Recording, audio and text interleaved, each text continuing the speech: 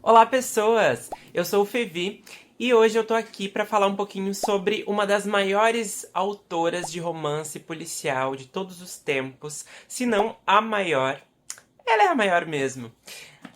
Agatha Christie. Ela que é a autora mais vendida do mundo, perdendo somente pra Bíblia, né? Os livros dela são os que mais venderam no mundo e ela é conhecida por seus maravilhosos suspenses. Hoje eu vou falar, na verdade, sobre alguns livros que eu já li dela e tirar um pouquinho, então, de curiosidade sobre como era a vida da Agatha. Agatha nasceu em 15 de setembro de 1890, na cidade de Torquay, no Reino Unido. E ela morreu aos 85 anos, no dia 12 de janeiro de 1976. Como eu já disse, ela vendeu muito, tanto que as suas obras venderam mais de 4 bilhões de cópias durante os séculos aí, né? 19, 20 e 21. A minha história com a Agatha começa lá no ensino médio, quando eu tô mais ou menos, acho que no primeiro ano do ensino médio, ou foi na oitava série.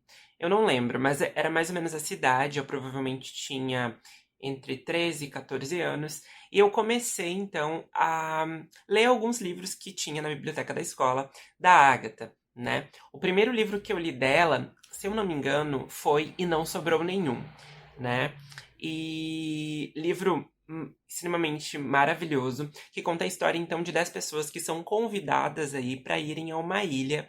E nessa ilha, ahn, eles vão chegar lá, ser recepcionados e tudo mais. E na hora do jantar, eles vão ter ali os 10 soldadinhos, né? Em cima da mesa e tal, com um poema, uma cantiga, né? E nessa cantiga, então, conta a história aí dos 10 soldadinhos até não sobrarem nenhum, né? Só que essa cantiga vai se tornando real, porque mortes vão acontecendo ali de acordo com o que está escrito ali naquela música, naquela canção. E por si só já é uma trama super rocambolesca, super chamativa, né? Mas a Agatha, ela é muito inteligente e eu acho que o que faz as suas histórias serem tão perspicazes é que, por exemplo, eu não vejo que ela siga uma fórmula. A gente geralmente tem ali suspenses e várias reviravoltas ali durante a história, mas elas são feitas de forma muito sutil. E eu acho que isso é uma das características mais interessantes dela, porque não é não é um grande plot twist. As coisas vão acontecendo ali entregues de forma muito pontual e que às vezes se você não prestar muita atenção, até parece batido assim pra você. Mas isso acontece, eu acho, em várias obras dela e não sobrou nenhum. Acontece, enfim, ah, o final surpreendente, que é uma coisa típica de Agatha Christie, né? Finais que nos surpreendem e a forma como ela engana o leitor é realmente muito específica dela, muito particular. E eu acho que outros autores podem até tentar, ou terem tentado aí ao longo de suas carreiras, mas não vão chegar ao nível da Agatha. Por quê? Eu sempre gostei muito de suspense, mas. E eu sempre fui um grande fã de Sherlock Holmes, né? Eu li muito Sherlock Holmes também, mais ou menos no mesmo período que eu tava lendo os livros da Agatha. Só que o Sherlock Holmes é uma coisa que ele te pega no início e tal, mas você vai notando que o Sir Arthur Conan Doyle, ele tem uma fórmula dos seus livros, né, que geralmente é aquela imersão ali dos investigadores, do Sherlock, do Watson, enfim, naquele período, daí ele precisa ah, fazer as suas investigações da cena de crime e tudo mais, aí um belo dia, o Sherlock chega e diz: Ah, o assassino foi isso, isso aconteceu. E isso acaba tomando conta, eu acho, das histórias do Sherlock, que não se tornam tão interessantes depois que você já leu muitos livros da saga dele, né? Já com a Agatha, apesar de que tem ali uma certa permanência dos interrogatórios, né? Porque em todos os livros, geralmente, não em todos, mas na maioria dos livros, principalmente do Hercule Poirot, o que acontece? ele chega ali, tem o crime, e ele então decide interrogar todos os personagens para juntar ali as suas versões e entender o que aconteceu.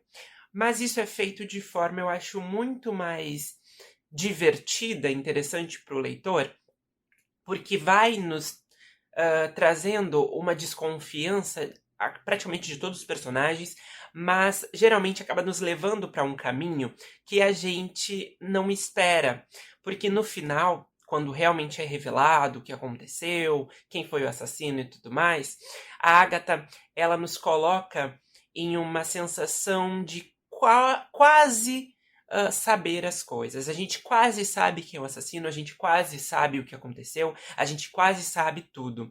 Mas é isso que faz o diferencial dela. Ela entrega um pouco para no final ela nos entregar toda a história, todo o contexto, e é isso que acaba nos surpreendendo, né? Porque a gente realmente entende tudo o que aconteceu e isso é espetacular, porque aí o fôlego que a gente já não tinha acaba realmente sendo dizimado ali nas páginas finais dos seus livros.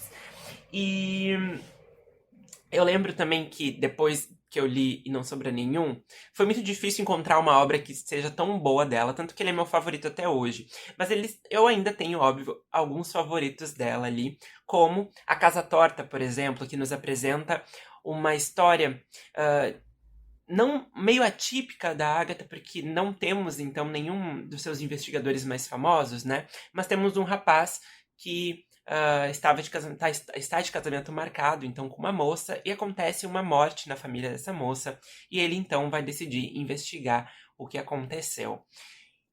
E é incrivelmente perspicaz a forma como a Agatha escreve esse livro em particular, porque ela nos traz, desde o início, várias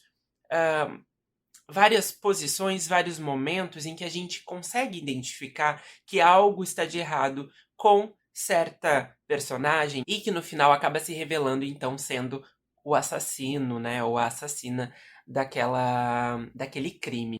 E o mais engraçado de tudo é que quando tudo se resoluciona, a gente ainda tem uma quebra de expectativa e no final ela chega com uma outra informação. Uma coisa muito similar ao que acontece em Não Sobrou Nenhum. Quando a gente acha que a gente chegou no ápice da história, no clímax e tal, e realmente a gente chegou, tem um epílogo, tem algum capítulo póstumo ali que nos mostra que a gente não sabia de tudo. E que por mais que você tenha imaginado durante a sua leitura que tal personagem era o assassino ou a peça principal ali daquele quebra-cabeça, você não sabe de tudo. E acho que é esse o maior diferencial que a Agatha tem, assim, em suspense, e talvez que seja, então, o verdadeiro sentido para ela ser a maior autora de suspense que a gente teve e a rainha do crime, né? Se você gostou desse vídeo, não esqueça então de compartilhar nas suas redes sociais, de se inscrever no Clube da Não Cultura e nos acompanhar, porque tem videocast toda segunda-feira, a partir do 12h06 no YouTube e em todas as plataformas de áudio. Então não perca, espero que vocês tenham gostado desse vídeo. E não esqueça então de nos seguir aí nas redes sociais, @Clube da Não Cultura, e também de nos ajudar comprando seus livros e, enfim, outros aparelhos e coisas na Amazon no nosso link, tá aqui na descrição. Um beijo e até o próximo vídeo.